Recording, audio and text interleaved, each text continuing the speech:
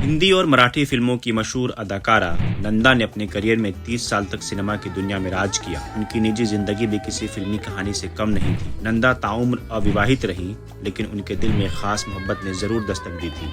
वो और दिग्गज डायरेक्टर मनमोहन देसाई एक दूसरे को मन ही मन चाहते थे।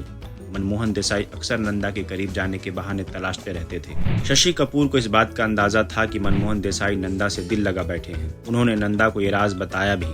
नंदा भी मनमोहन को चाहती थी, लेकिन अपने स्वभाव के कारण पहल करने से हिचकिचा रही थी। किस्सा टीवी की एक खबर के मुताबिक मनमोहन की झिझक कभी भी कम नहीं हुई और उन्होंने अपनी मां की पसंद की लड़की जीवन प्रभा से शादी कर ली। हालांकि जीवन प्रभा का चेहरा नंदा से कुछ मिलता जुलता था। मनमोहन अक्सर जीवन प्रभा से कहते थे, मैंने तुमसे इसलिए शादी की क्योंकि तुम नंदा जैसी दिखती हो। उनकी शादी से एक बेटा हुआ जिनका नाम उन्होंने केतन देसाई रखा। लेकिन साल 1979 में जीवन प्रभा का निधन हो गया और मनमोहन फिर से अकेले रह गए। इस बीच फिल्म मेकर यश जौहर ने नंदा और मनमोहन देसाई की शादी करवाने की पहल शुरू की, लेकिन सवाल था कि नंदा को इसके लिए कैसे मनाया जाए। नंदा की करीबी दोस्त वहीदा रहमान को मनाने की जिम्मेदारी यश जौहर ने उठाई। पहले तो वहीदा ने इस बात से इनकार कर दिया, लेकिन यश के लगातार कहने पर आखिरकार उन्होंने हामी भर दी। अपने घर पर लंच का आयोजन किया, जहाँ नंदा और मनमोहन देसाई मौजूद थे। वहीदा और यश ने कुछ देर बाद बहाना बनाकर उन्हें अकेला छोड़ दिया। उस मुलाकात में पहली बार मनमोहन देसाई ने नंदा के सामने शादी का प्रस्ताव रखा।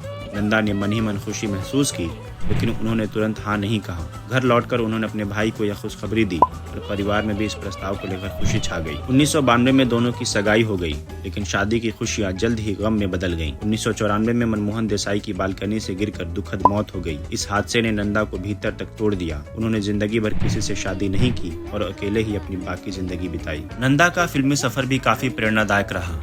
8 जनवरी 1939 को मास्टर विनायक के घर जन्मी नंदा का फिल्मों में आना कोई संयोग नहीं था। उनके पिता भी फिल्म निर्माता और अभिनेता थे। पिता के अचानक निधन के बाद घर की आर्थिक जिम्मेदारी नंदा के कंधों पर आ गई। उन्होंने बाल कलाकार के रूप में अपने पिता की फिल्म से करियर की शुरुआत की और बेबी नंदा के नाम से मराठी फिल्मों में अपनी पहचान बनाई। उनके अंकल वी शांताराम ने उन्हें फिल्म दिया और तूफान में राजेंद्र कुमार के साथ मुख्य भूमिका में कास्ट किया।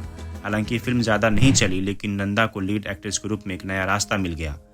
इसके बाद छोटी बहन, भाभी, काला बाजार, इत्तेफाक, जब जब फूल खिले, गुमनाम, प्रेम रोग जैसे हिट फिल्मों ने नंदा को सुपरस्टार बना दिया। बचपन से नंदा का सपना था कि वो आज़ाद हिंद फौज में शामिल होकर देश की सेवा करे, लेकिन किस्मत उन्हें फिल्मों में ले आई। अपने करियर में उन्होंने 70 से ज्यादा फिल्मों में काम किया। उनकी आखिरी हिट फिल्म शोर थी। 24 मार्च 2014 को हार्ट अटैक के चलते नंदा ने अपनी आखिरी सांस ली। उस दिन सिनेमा की दुनिया ने एक नायाब सितारा खो दिया। नंदा, जिन्होंने अपने काम से लाखों दिलों पर राज किया, अपने जीवन के अंत तक लोगों के दिलों में जिंदा रही।